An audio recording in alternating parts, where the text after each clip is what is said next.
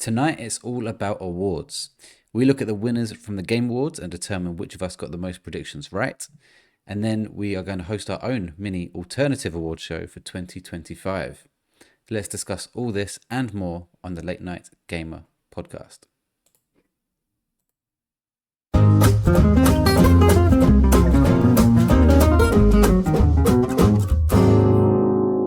Welcome back to the Late Night Gamer podcast. I'm your host, Welchy, and joining me tonight, as always, is Mr. Pop Figures himself, Andy.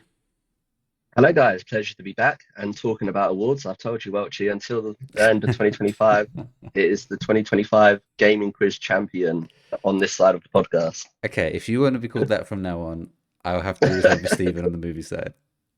That's fine. That's fine. Okay. But only on that respective podcast. So for this podcast, Yeah. we're also joined by our resident horror expert, Stephen. Yeah, I just realised it's gonna be great on the movie side, but when it's on the gaming side, that's gonna now upset me because obviously I've got one but not the other now. Yeah, hello everybody. It's lovely to be back as always, and yeah, looking forward to sort of finding out about the awards. I've seen obviously the main category, so to speak, but a lot of the more niche ones I deliberately didn't look into, so I can be pleasantly surprised during the podcast and also I work don't out. think you're going to be surprised that much when it pops up. Expedition Daywing wins 9 awards, the most ever. It's like, yeah, but is that actually the most ever? It's the most ever, yeah. So I think they said The Last of Us had the most. Last of Us Part 2, sorry. I think it had 8, and Expedition 33 got 9. So I think Expedition beat it on nominations by 1, and then it's beaten it on winnings by 1. So that's cool. So I'll rephrase. Basically, the ones that Expedition 33 didn't win, those are the ones I'm excited to see actually who did win. And it's interesting to see which ones they were in that they didn't win. Yes. Because there's only 3 of them. So we'll find out. But yeah, the Game Awards happened on Thursday, 11th of December. Of course, we predicted who would win each of the categories 2 weeks ago now, I think. If you didn't watch the episode, feel free to go back. But obviously, we're going to go through it now anyway. So today we're going to go through each one and determine who did the best. Judging off what we just said of Expedition 33 winning 9 out of 12, Stephen picked Expedition 33 the most, I think, in the end. No, actually, he was. And then at the end, Andy, you had a spurt of a lot of them. I took it. Yeah. So it's between you two. I don't think I've won this one because I think you two picked Claire more than I did.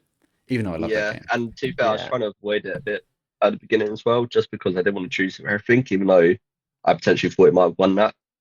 I was trying to give the other games some credit and give them some hype too. But there's I saw a picture and it was 4 games, Ghost of Yote, Split Fiction, some other games. And it's they got none. How did these games not win anything? I was like, bloody hell, 4 great games. They didn't win any awards. Split Fiction?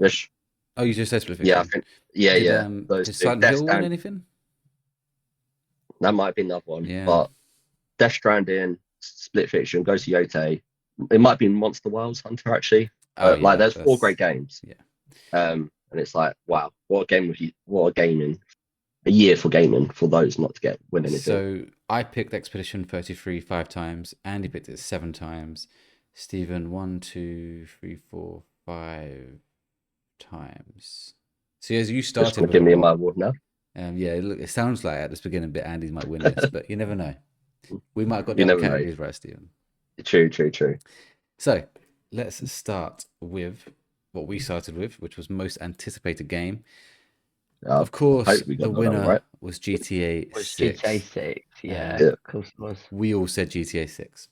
Let me click on your stream. That must have been the easiest award of the night to pick. I mean, if any one of those ones had won, we'd be like, what the actual fuck? What a fix that must be. That would have been the biggest surprise of the night. It probably would have been, yeah. Best adaptation. This one was a kick in the balls for me. No way. I choose the Minecraft movie for this one. I chose Minecraft. Stephen, you picked The Last of Us. He's like, I thought it was Until Dawn. I thought it was Until Dawn. We spoke you out of it because you were saying Until Dawn, and we said you've got to remember it's what you think will win, not what you want to win. Even now, I'm sitting there thinking, how the fuck did Last of Us?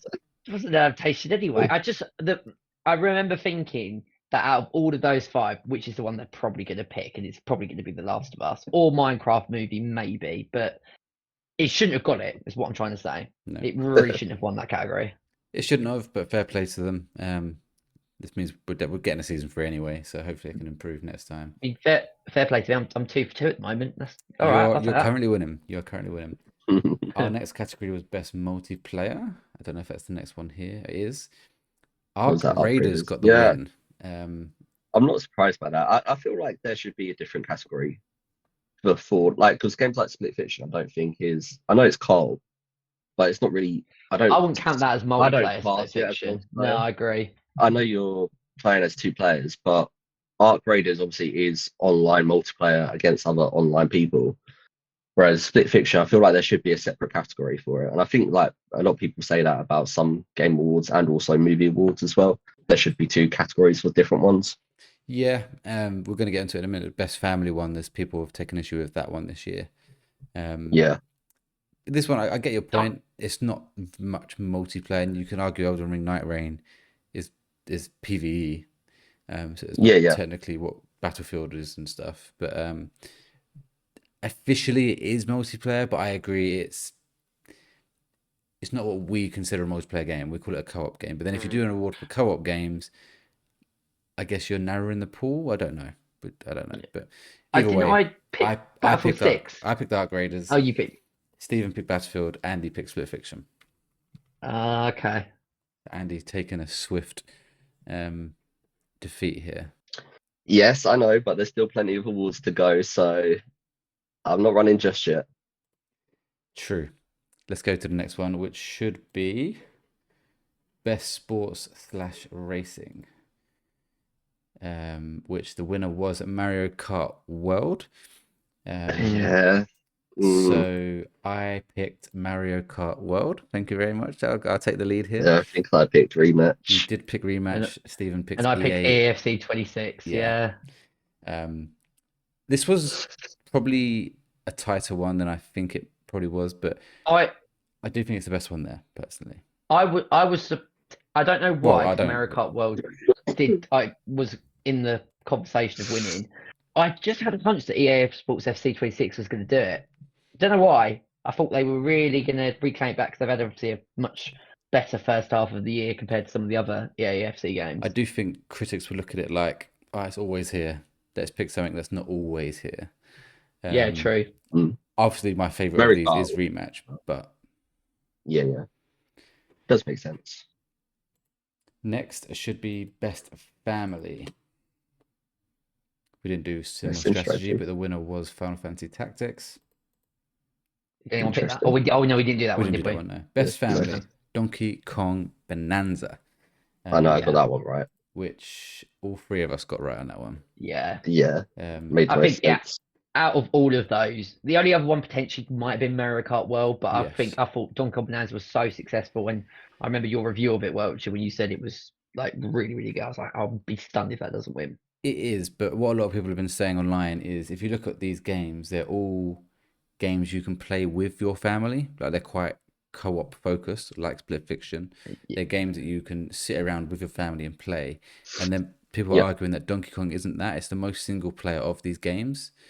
So it depends how you define family. I'd still say it's a family game because it's quote unquote for kids, if that makes sense. Yeah. The only thing I would say it's a family game. And in there, like in one of Nintendo's adverts, I'm pretty sure they used Donkey Kong as an example of them as a game playing as a family as well. You can play as the girl. Like there is a co-op function. It's just not very good. Would you say Split Fiction's a family game? Again, it's the couch co-op side of things, isn't it? I would just about call it a family game, yeah. I think it's like Split Fiction's like one of those games where there's not a lot of there's like no violence. I know there's like action scenes, but there's like no violence. It's colourful. True. You can play it like, for example, Welchy, when Sadie's old enough, you could play it with her. Like, true. You can play like a dad can play it with their kids, mum can play it with their kids. Like, I would say it's a family game. I suppose the only thing is because it's been quite a mature story, but then in the same breath, when you like go to like watch a 12 rated movie. Because even though the PEGI rating is 16, actually for Split Fiction, which I'm a little bit like, it's a 16 plus. Yeah, it's 16 plus. For I think violence. Right. But you are right. There's not a great deal. Maybe it's more because it is a more teenage story. I wouldn't say it's a family story, but a child, I'd say probably of like 11, 12 would be all right to play it. Yeah. Next category we did was best RPG. Best fighting went to Fatal Fury. We didn't do that one. Sorry.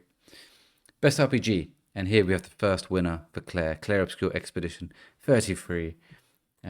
I went with Kingdom Come. Oh, really? Yeah, a lot of people are upset about that. Yeah, this is the one where I said as an RPG game, it might be the best. Yeah. You two both went Claire, so well done for you two. The next category. Go on. No, there's definitely a lot of debate in this category for Kingdom Come because the amount of comments I've seen people say it's more of an RPG than Expedition 33. But now my website is not letting me move. This is great. Oh, there we go. Best action adventure. The winner was Hollow Knight Silk Song, picked by me and Andy. Oh, okay, yeah. I was like, did I choose that? I was like, I thought I did, but I wasn't so sure. Stephen, do you remember what you picked? Was it Death Stranding 2? Death Stranding 2, yeah. Again, it's a very strong category. Very strong. Oh yeah, those games there.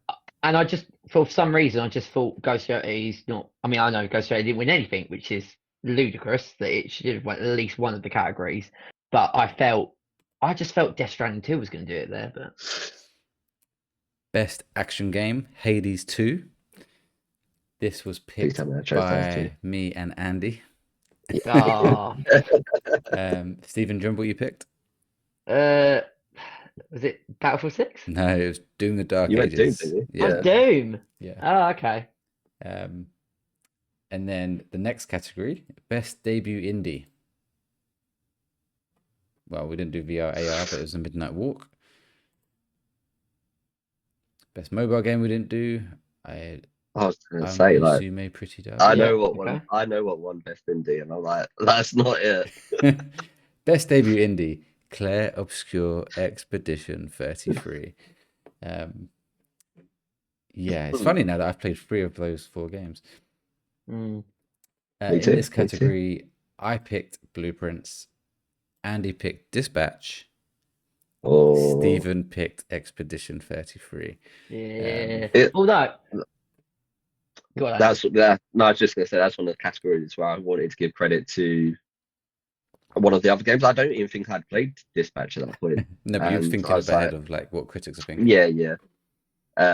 But yeah, I don't blame them for choosing Claire.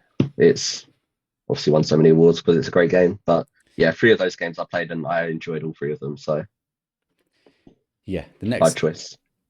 I had a conversation with one of our friends when we were driving to the Silver Screen Con London Horror Festival yesterday, where they were like, how can Claire Expedition 33 be categorized as an indie game? Like, they were quite upset with how that has got in there. But I said technically it is. It is, but technically it shouldn't really be here compared to. It's not a AAA game. It's just done by people that have done AAA games. It's just But the studio itself is not. But when you look at this game next to Blueprints, there's a massive divide. You know what I mean? Yeah.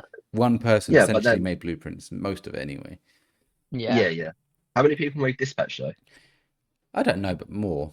And if they can afford Aaron Paul, they've got some money behind. Yeah, that's what I'm saying. If Claire wasn't in this category, out of those 3, what do you think would have won? Dispatch.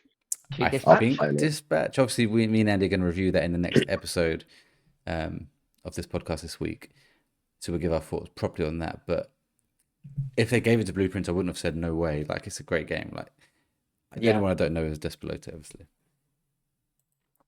Next category is best indie game, and again, Claire Obscure Expedition wins. In this category, we all picked Claire Obscure. Yeah. That's a pretty standard guess, really. There. The next one is going to be interesting. I don't actually know who won this one yet. I don't know if you two do. Best ongoing. You two both went Fortnite. Now, I know who. Now, I am fuming. Oh shit! I said. It's No Man's Sky. Oh, No Man's Sky win. Oh, sick. Yeah. Oh, cool. Yeah. Is that what you chose? No, I didn't. But Okay. I've got a lot of a weird feeling for that game because I bought it on launch and it was a shit show. an Yeah, absolute done shit bad show of a with game. But this is one of those games which has turned itself around and become this beloved Yeah. game. And they do Yeah. support it every year, and they do Do- new content. And people that play that game love it. And it's always one of those games I think I've got to go back and try it now, but never get around to it. And I get all of that because again, that was another debate that we had in the car where both me and our friend James, we were like, that is an outrage that Fortnite didn't win. Just because of the year that they've had, the They had a great year, collaborations they yeah. do, the ongoing support. Yeah, And it's but like, that's because you guys love Fortnite. Like, how much do you true. actually know about No Man's Sky? If you Well, if it was the other way around, you play No Man's Sky and they're getting all this content, you'll be saying the same about Yeah. that. So I think no, it's true. it's coming from a more biased view when you It talk is. about Fortnite. I think. No, absolutely. I'm not disagreeing with you that they had a great Yeah. year, but because they do that year on year, Yeah. it's like This other games have got to win it at some point. This is the first category none of us got right. But I I think accept that because our other friend was talking about No Man's Sky, about how it was just, like, absolutely terrible. Like, there was no life into the game, and they've kind of risen from the dead and turned it into a masterpiece, which is fair. But that's not the category. It's best ongoing. But This he is then ongoing. said, "Well, the It's an ongoing." ongoing game. No.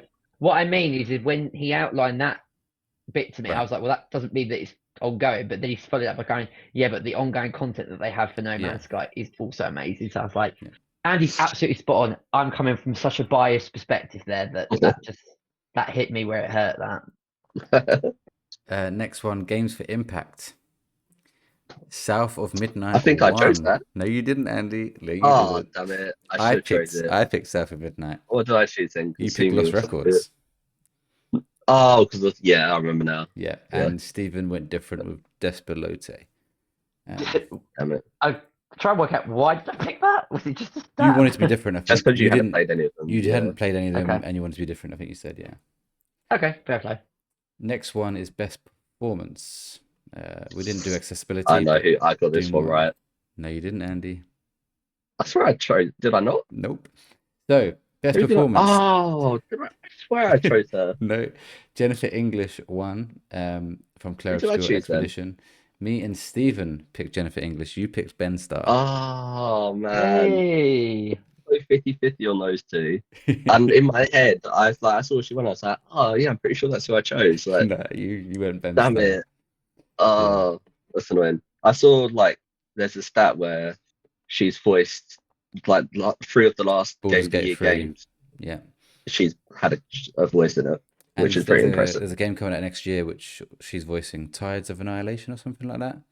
Yeah, So yeah. people are already putting money on it to win. Yeah, I'm not surprised. Game of the Year. Next category, Best Audio Design. Battlefield 6 was the winner. Hey. Picked by yours truly. I'm having a great time. I've won most of these rounds. Did Stephen not choose that? No, Stephen chose Silent Hill. Oh, really? Andy, this is where your run of Pick and Claire started. So I think you're going to start winning a lot. Yeah. But obviously not this one. Do you know what's even like?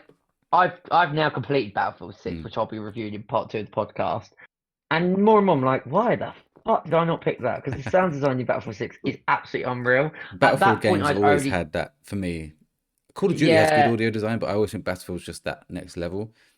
Yeah. So I've not even I played the beta, but I'm like in that category. I'm like, it's got a fucking good chance. I picked it. Yeah, it's a good shout. Next one is Score, I think. Yeah, Score and Music. Expedition 33 was the winner. I think we all chose that, surely. No. Stephen picked Ghost of Yote. Lucky. I'm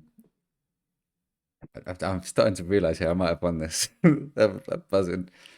The next category is Best Art Direction. Expedition 33. Please I pick that. You did. I didn't. This is the one I didn't pick. I tried to be clever and go Hades 2. But obviously Claire Obscure won this one. See, I only picked Claire Obscure as well. You did, you yes. said 100%. Yeah. It's just me. Yeah. There's one game here that Andy didn't pick for it. One category even. Oh. Next category. Best Narrative. Expedition 33. This is one that me and Andy picked. Stephen, you picked Death Stranding 2. I mean, understandable, because I didn't think, I knew that Claire was going to get a number awards, but not as many as what you've just outlined. It's one ridiculous amount. Best game direction, Expedition 33. You should have just kept picking Claire, man. This was just me that picked it. Wow. Andy went Split Fiction. And Stephen, you then again went Ghost Yote. Damn it. And then Game of the Year, we all picked Clair Obscur. Yeah. Fairly easy. I'll go to the page just so we can confirm it. It won Game of the Year. So, I'm very happy with that. So will you now play it, Stephen? 9 awards? Maybe. I'm going to give it a maybe. This game got more awards than The Last of Us. It did. It did. I don't think it'd be my kind of game. That's my only reservation. I said this, well, I went into it kind of blind on what type of game it was, but you got to give it a chance. If someone describes it to you, it'll be like, it's not your type of game, but play it and you'll probably enjoy it. The music will get you straight away. I have that FOMO syndrome. That's the only thing. Now that I've seen it win all these awards and win Game of the Year, it's like I played the 20. What won Game of the Year last year? Can anyone remember? Astrobot. Are you joking me? Astrobot. No, I thought Astrobot was 23. Astrobot was last year. Oh, you literally just put your pot picker that says Game of the Year on it, 2024. Yeah, sorry. I was getting my years model between 24 and 23, and yeah, it was for 2024. Ignore. So yeah, because I played Game of the Year last year. That's my reservation for wanting to then play Game of the Year again. We obviously need to move on to our own award show, but just to confirm the winners. So in last place, unfortunately, was Stephen. You got 9 out of 19. It's not terrible. I feel like there's a common thing with Stephen and last spot on these games. Next year, Stephen's year. In second place is Andy with 10 points. Only one better. And in first place is me with 13.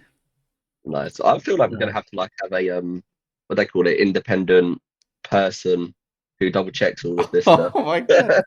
You go back and watch the episode. I know, I'm joking. And I think, one of the ones I got wrong, I should have picked Claire when you two did. And then there's a couple that I got wrong. Actually. Three of my incorrect ones should have been Claire Obscur, which is kind of crazy. But yeah, that was fun. Obviously, we'll do this again next year. But for now, let's move into our own awards show. I'm going to change the shared screen because we don't do share screen for this. Could you imagine that? Obviously, Expedition just won 9 awards, and we could have a game next year that beats it. Could? Oh, GTA. Yeah. I was thinking could, but are we? Yes, but I think awards like art design, it might not. You know what I mean? Like there's some categories there where true. Depends on how good it like looks, though. music, yes, audio. But sometimes the ultra realistic games, do you know what I mean? Like Last of Us 2, aren't arty, if that makes sense. No. Whereas a game like what else coming out next year? Resident Evil, not really arty. I can't think off the top of my head, but something could come out like an indie elements, game. Resident Evil. Yeah, but I get what you mean. Yeah, something, I don't know, like Clair Obscur, which is very artistic, or Blueprints, that kind of thing. I do think it is criminal, particularly as I've played now even more Split Fiction, how either that or Ghost Recon did get one win. Yes, I agree. I think it's a shame that, and there's a lot of people, this always happens with Game of the Year, is that people start to hate the Game of the Year because their game didn't win. They assume the game that won is shit, and it's like, well, that doesn't make sense. It's obviously better than your game. But all of a sudden, because they get upset their game didn't win, all of a sudden everyone starts hating on Claire. So I'm seeing a lot of hate for Clair Obscur online, saying it's overrated, blah blah. And it's like, it's clearly people that haven't played it, or you've played it and didn't like it. That's fine, but sometimes you've got to admit that I don't play Baldur's Gate. I've never played Baldur's Gate. I don't think it's for me. Maybe it is, but I can appreciate and respect that it was the best game that year. Fine. Yeah. I would have picked, what was that, 2023? I can't remember off the top of my head. Whatever I would have picked over that game.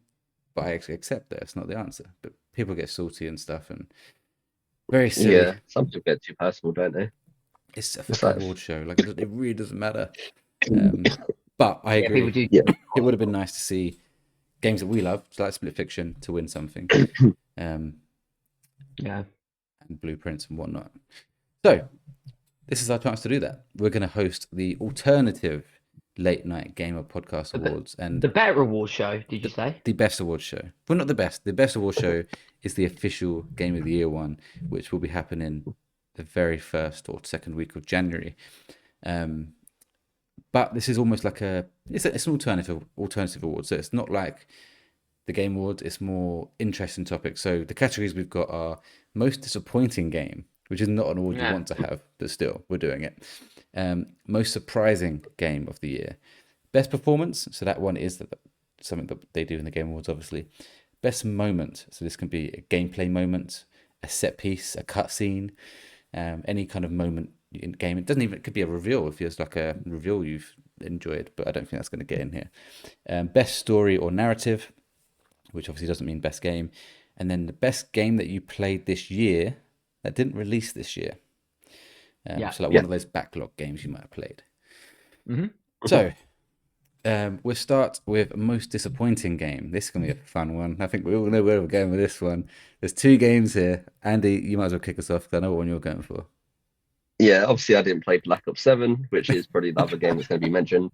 But the other game that Welchy plays, I don't know which way you're going to go. But Lost Records was obviously my most disappointing game. I went into it with a lot of expectations, I guess, because obviously games like Life is Strange I played and loved, and the fact that this was also free on PlayStation Plus as one of the monthly games, I was like, sweet, it's a game I want to play, it's a game that's free.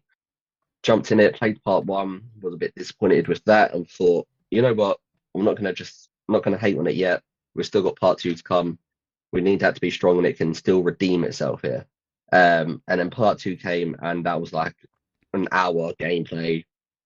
Nothing really happened. Somehow it was worse. Yeah, and it's crazy because this obviously, like, for the being in the impact category, and this game's actually got a lot of like love. It's got a lot of good ratings, and I sit there and think, like, did I miss something when I played this? Like, do I need to go back and replay this to see like what the hell I'm missing? But I know you're going to say no, Welchy, but it just surprises me how much we hated this game and found it disappointing, and then it's one of those games that is actually quite rated within the community. But yeah, for me, obviously my most disappointing game this year that I was hyped for to begin with. Stephen, I'm guessing yours is what Andy alluded to. Yeah, Call of Duty Black Ops 7 by some way. I don't actually think, out of all the other 20-25 games I've played, I've actually pretty much enjoyed all of the other. I think obviously within levels you had some enjoyment. Yeah. There's been some enjoyment. Call of Duty Black Ops 7 was on par with Funko Fusion, which are probably, like, in the last sort of 2 years, if you said what are the two worst games that I've played, Funko Fusion and now Call of Duty Black Ops 7. Obviously Funko Fusion is at the very, very bottom. It will take a lot to kind of get worse than that, but yeah, I think Call of Duty had way more expectation and it just under delivered by some way, and it was a travesty, an absolute travesty. We did a review. We've done 2 podcast episodes where we spoke about how bad that is. But yeah, definitely my most disappointing game of 2025. Yeah, unfortunately, I played both of those games, and it was basically picking which one was worse. Which one you hate more? Yeah, and it's a tough conversation because I rated Black Ops lower,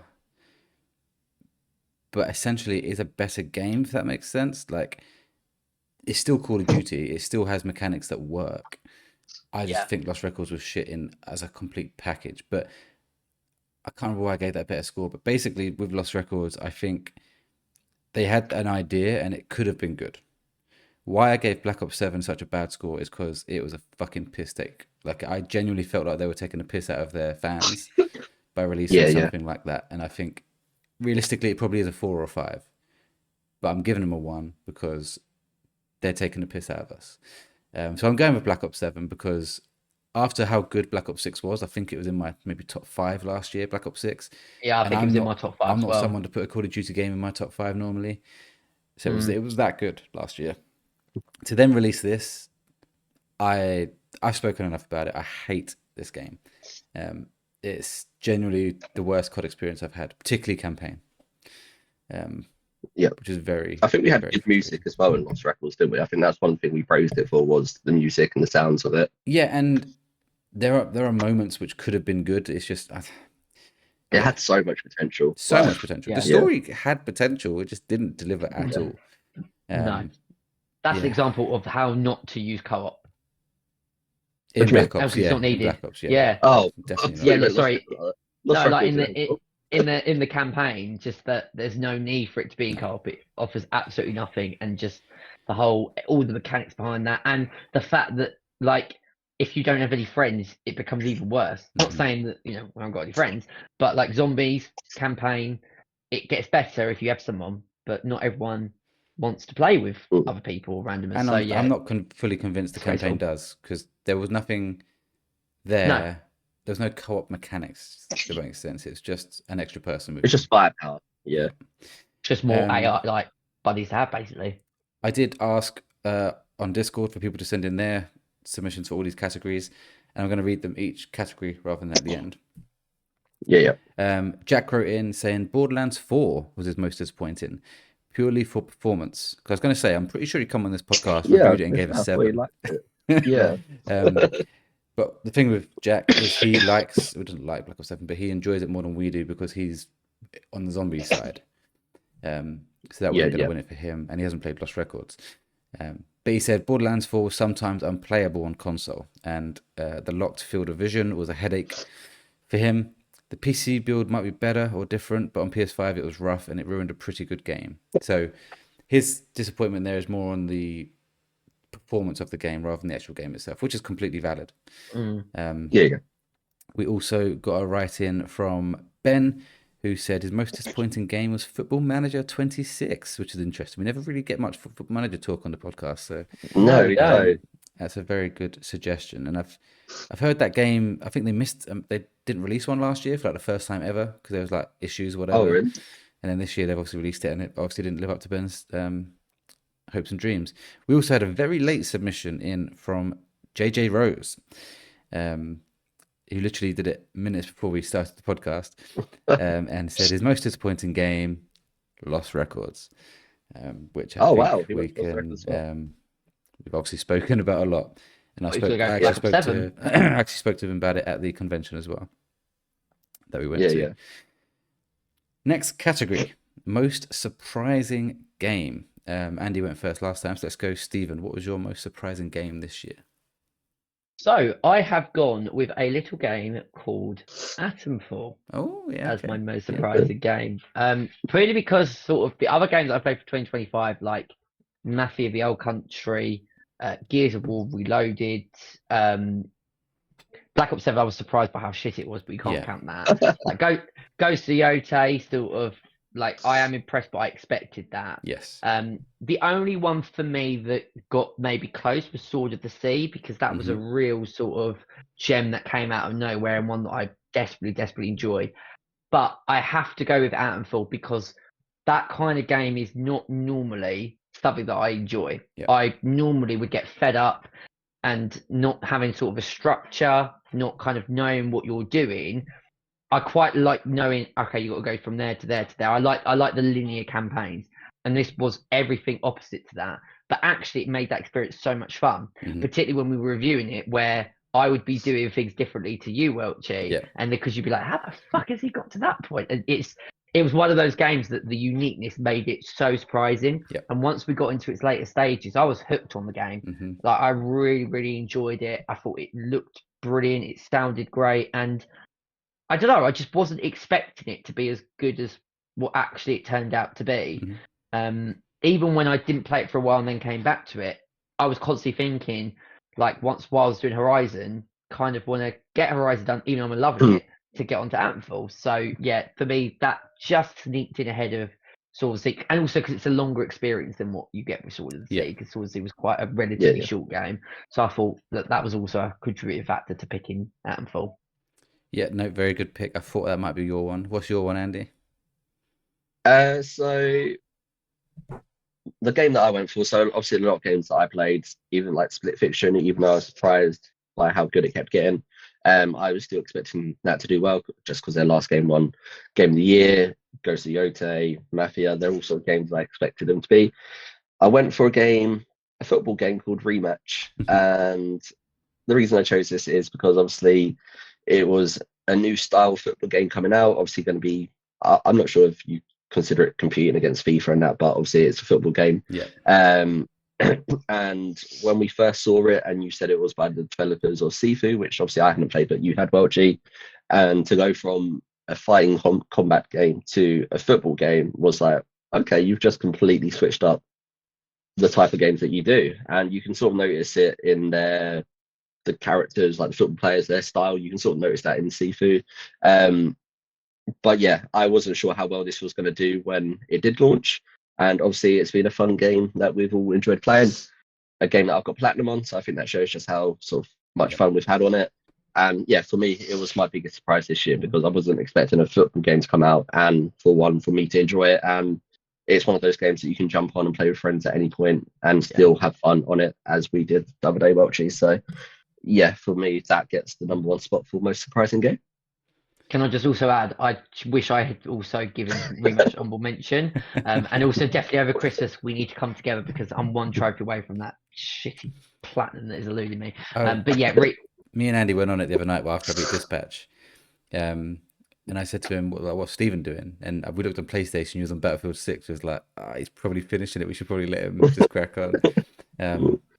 But no, this one is a tough category because I was not going to pick Black Ops 7 because as bad as it is, I'm not that surprised because all the trailers and stuff, it just didn't, I could see it coming. And yes, it was worse than I even expected, but still not a surprise. True. Mine was between Atomfall and Rematch. So you two have picked the perfect games. But I have picked Rematch because mainly for the reason that you pointed out, Andy, is that I love Sifu with a passion. Like I absolutely love that game. And when I think it was the Game Awards last year, it was like, the new from the developers of Sifu. I'm like, here we fucking go, and it's a Rematch. I was like, and then they showed a football game. It just didn't look like blown out. Yeah, it did not look like what I wanted. I was like, that's so disappointing. I was like, okay, but whatever, maybe it's good. And then I played the beta, and I was like, yeah, the beta's good. And then the game came out. I fell in love with that game. Like we all have fell in love with that game. It's one amazing video game. It's one of those games where I play other games like Dispatch, like Blueprints, and I see it on my like my game cards, and I'm like, but I could just play Rematch. One more game. Like it's just it's just so good. And then when you play it, it is one of those games. One more game. Completely took me by surprise. As much as I love that developer because of Sifu, they've now gone up even further from my expectations because they've shown me that they can do a multitude of things. So yeah, that was definitely my pick. But Atomfall was close because Atomfall was a game that wasn't on my radar and took me by surprise how good that was and how much I enjoyed it. And I kind of wish I went for Rematch, even though I love Atomfall because it's still a great choice. I think the only thing for me is because I with playing EFC, kind of I was surprised by how good it was, but then I just love football, so if it's a football game and it's fun to play, I'm like I'm there. Where Atomfall defied or subverted my expectations on that kind of genre. But yeah, I kind of wish if Atomfall hadn't happened, it would be Rematch every single day. Even though I didn't say that. Jack wrote in to say Elden Ring Night Rain because they did a really good job condensing what would be a 10-hour quest on a regular game to a quick, fun online session. I obviously knew Jack loved that game, so kind of expected that. Ben picked Atomfall, which was nice. A great pick. Okay. And then JJ Rose wrote in with Split Fiction as his most surprising game. Interesting. Have you guys finished it yet? What, or Split Fiction, sorry? Yeah. No, we're still at the chapter 5. So he's obviously still surprised him, Loving it, Okay, next category is best performance. We need to speed up a little bit just because of time. Performance, I'll go first, and this was tough. It's a very tough one. I could pick someone from Expedition 33. I could pick Jennifer English. I could pick Ben Starr. I have a feeling who I know you're going to choose. I could pick, is it Erika Ishii, I think her name is, from Ghost of Yote. I'm going with Jeffrey Wright from I knew it was Dispatch. going to be someone from Dispatch. Yeah. It could have been many people from Dispatch. It could have been Laura Bailey. It could have been Aaron Paul. and we're going to talk more about Dispatch later, so I don't want to say everything now, but Jeffrey Wright in this fucking game stole every scene for me. His character, Is Jeff, Jeffrey Wright, as in the Jeffrey Wright, the one from the Last of is Us it the Jeff? show. Yeah, about to say, Yeah. and in the Batman, he plays Commissioner Gordon. Yeah. That's Yeah, Jeffrey yeah. Wright. And Yeah. he in this game is outstanding. Absolutely outstanding in this game. He's funny, emotional at times, epic. Everything about this man, unbelievable. And the fact that his son also plays his character as a young version of himself, incredible. Yeah, I that's so fell cool. in love with his character. But this year there's been so many. Like the ones I've said before could have easily been them. But I'm left with this impression of that character. Like he has stole my heart. So I had to go with him. Yeah. Andy, who would you go for? So I did go with someone from Expedition 33. I don't think it was someone that you mentioned, but is Andy Serkis, who plays Renoir. Renoir. Renoir. Just because whenever he was on, like his introduction into the game, whenever you then saw him again in other scenes, his character just felt so powerful. Like you feared him instantly without even realizing why. And it was because part of his performance as that character, it gave you that feeling. And obviously part of the story when they see him for the first time, and you won't understand this, Stephen, but obviously he's older than the age, and they're like, what the fuck? But yeah, Andy Serkis in that role, yeah, it just stood out for me. And all the scenes that he's in that game, like I remember off the top of my head, and I'm like, those are all epic scenes, and he's part of that reason. So yeah, I went for him, and the fact that I was only a couple of meters away from him as well at Comic Con in August. Obviously, I met Charlie Cox, who played Gustav, another person I could have chose. But yeah, just being able to see them, and hopefully I'll get to meet him one day. But yeah, incredible performance. That's a very good pick. Very good pick. Stephen, who's yours? So I had a number of sort of ideas. Obviously, the caveat is that two of the performances of the games that I'm still in the process of finishing off. Potentially was looking at Split Fiction. I was also looking at Mafia at the Old Country. I can't remember the actor that actually the character, but the sort of the main protagonist that has the affair. Like I thought maybe, but I have gone with. Did you say is it Erica? Yeah, let me get Erica the name up. Hershey. Yeah, let me get the name up. Don't really like get it wrong in its pronunciation, but essentially it's Atsu from Ghost of Yotei that I have selected in terms of performance. Erica Ishii, yeah. Erica Ishii. Obviously, like I said, I'm 7 missions away from finishing Ghost of Yotei, but I've spent enough time with Atsu to make that decision, and I just think Atsu is sort of so kind of likable, kind of you can connect with her really, really quickly. You understand her thought process, you understand her reasoning, and already she's gone from a sort of at the very beginning of the game, that journey is quite crazy in terms of her own trajectory and all of that kind of stuff. So generally, I think it's a great performance. There's a lot of performances in Ghost of Yotei that are just pretty like incredible. Like Atsu's brother, special shout as well. What's his name again? He's brilliant. I mean, I've not played it like 23 days, so I can't actually remember. It's been a while. I want to say like Jinbei, but I think it's because I'm thinking of Flambe from this. That does sound familiar. Jubei, that's it. So it could have been Jubei, but I do think that Atsu pretty much steals the show all the way throughout Ghost of Yotei. But as I said, the performances in Split Fiction are wild. And they're just getting better and better every chapter that we play. So maybe if I got to the end of that, maybe I would have leaned. But I'll stick with Atsu for now. Yeah, no, good choice. She was in running for me as well.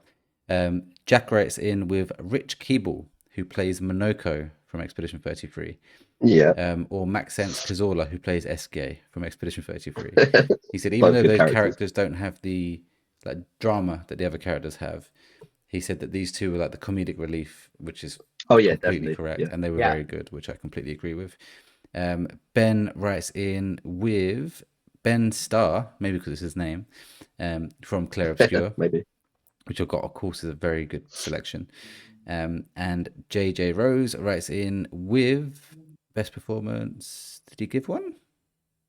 I think he missed that one out, which is fair enough if you don't have one. Just double checking. No, he hasn't given a best performance, which is fine. Okay, next category was best moment. And I'll keep saying it, but we really have to speed up a bit. Andy, best moment. So there's several ones that I could have chose. I could have chosen something from Dispatch. Decided not to, just because we're obviously going to review it and talk about it a bit more on the next episode anyway. The same one here, Andy. I don't think so, because there's so many in Expedition 33 that I could choose, and there's so many epic moments. But I chose one where I had a different experience to you, Welchy, and that was with the Mask Keeper. So I really liked the mechanic of the what they call them, I'm accents. surprised. I'm surprised. When I say you mind, you'll be surprised. Okay.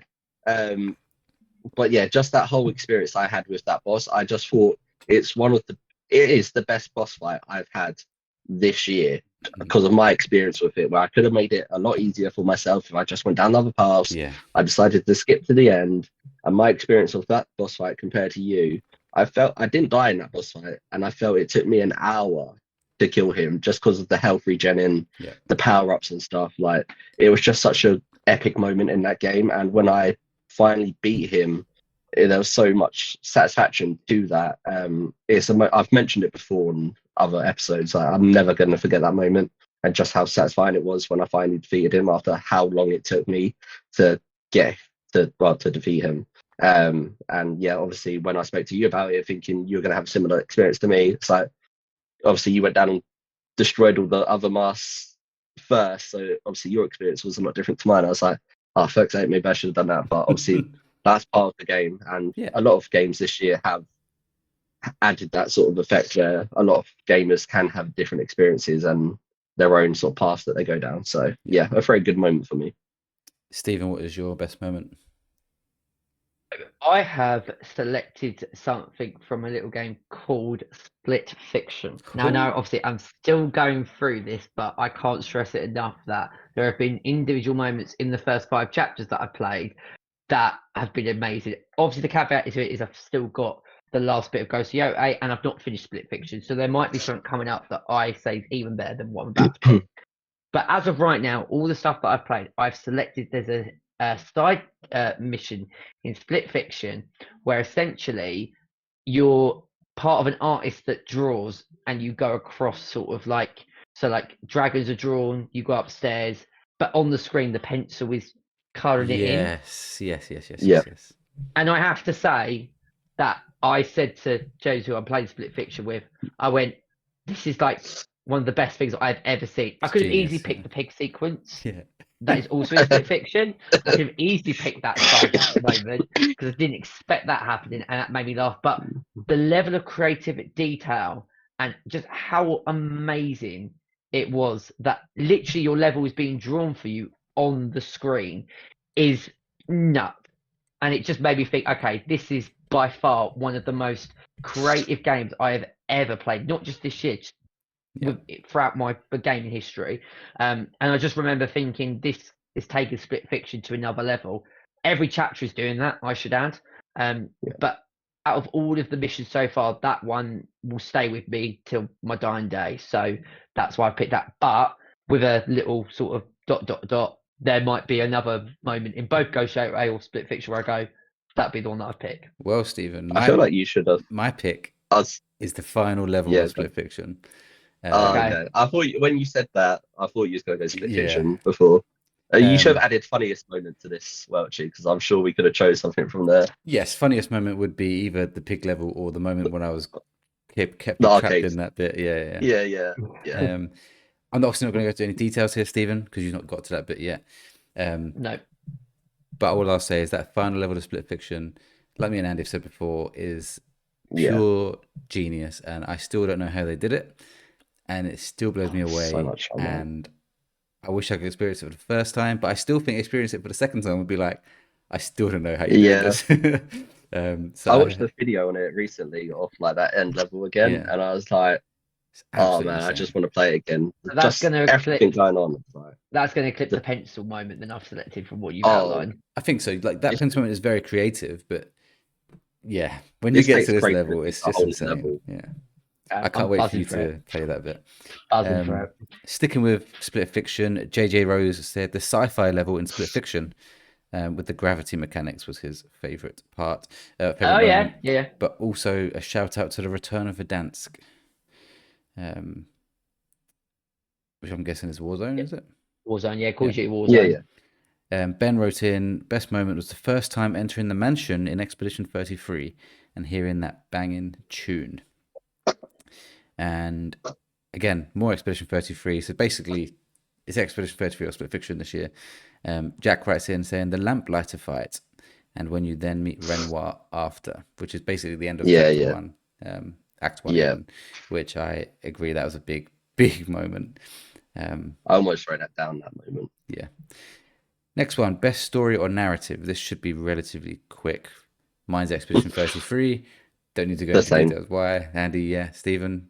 Yeah. Ghost? Mine it is, yeah, Ghost of Yo 8. But again, Could change, yeah. it's a toss up between Ghost of Yo 8 or Split Fiction. Once I finish both, I might revisit it. But right now, Ghost of Yo 8 is slightly ahead, but that could all change. What I would say for me is Dispatch is a close second now. Oh yeah. Ghost of Yote probably third for me.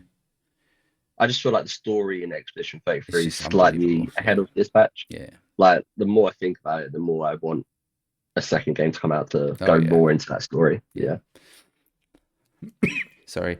Best story, Jack wrote in with Claire Obscure Expedition. Love the story with the writers versus painters, blah, blah, blah. I won't go into too much because I don't want to spoil things for anyone.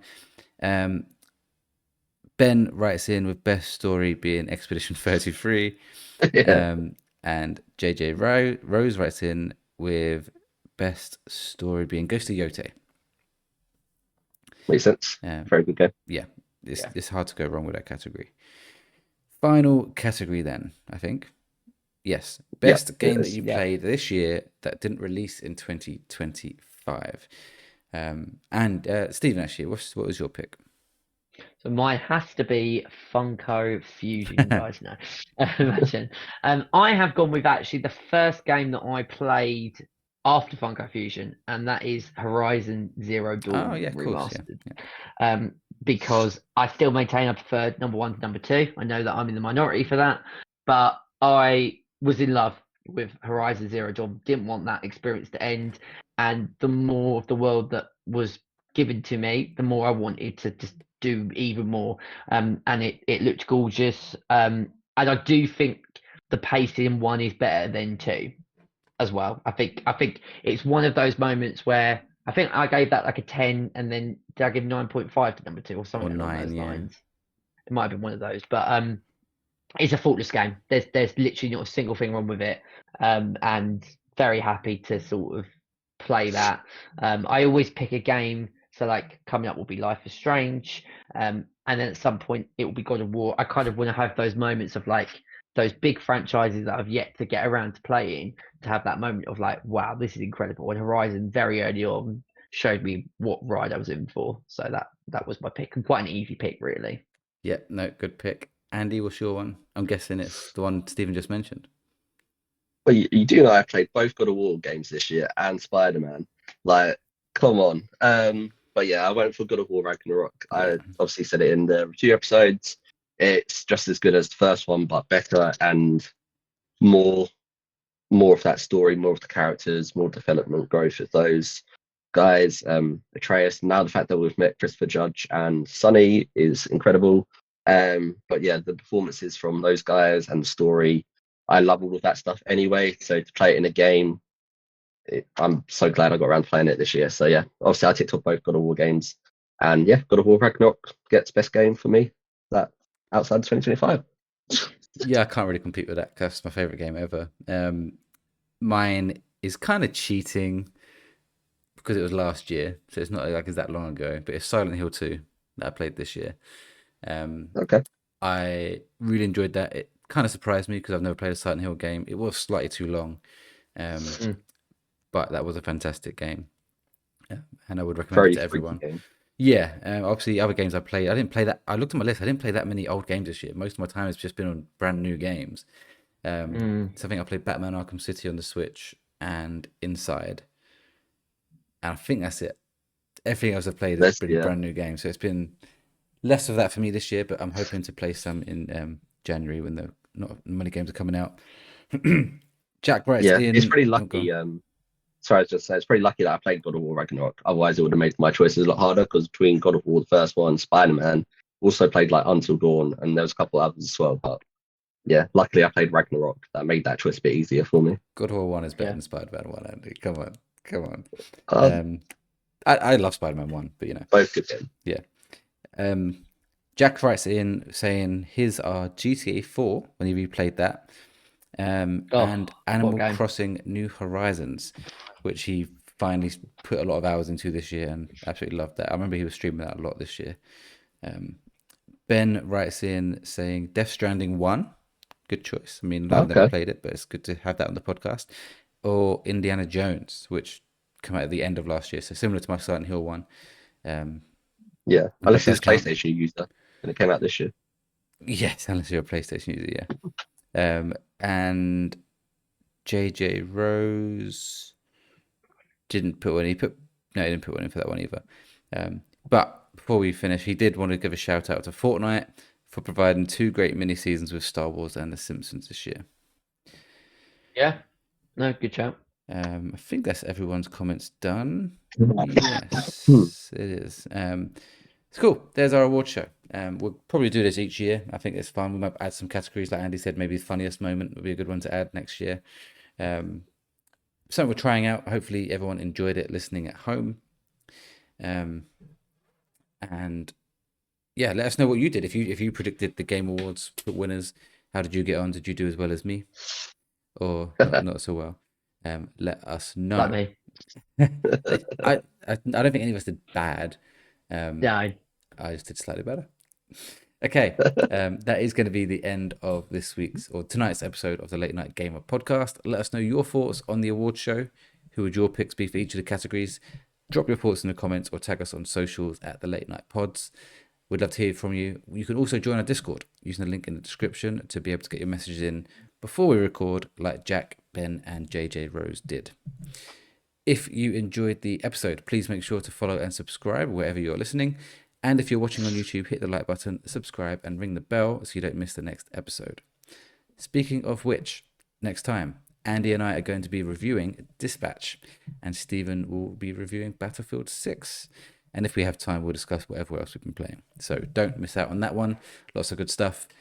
Until then, thank you for hanging out with us tonight. I've been your host, Welchy, joined as always by my co-host, Andy. Yeah, thank you as always, guys. And don't forget, I am the 2025 Gaming Quiz Champion. And Steve. A pleasure as always, and looking forward to the next one. Thanks again for listening and keep on gaming.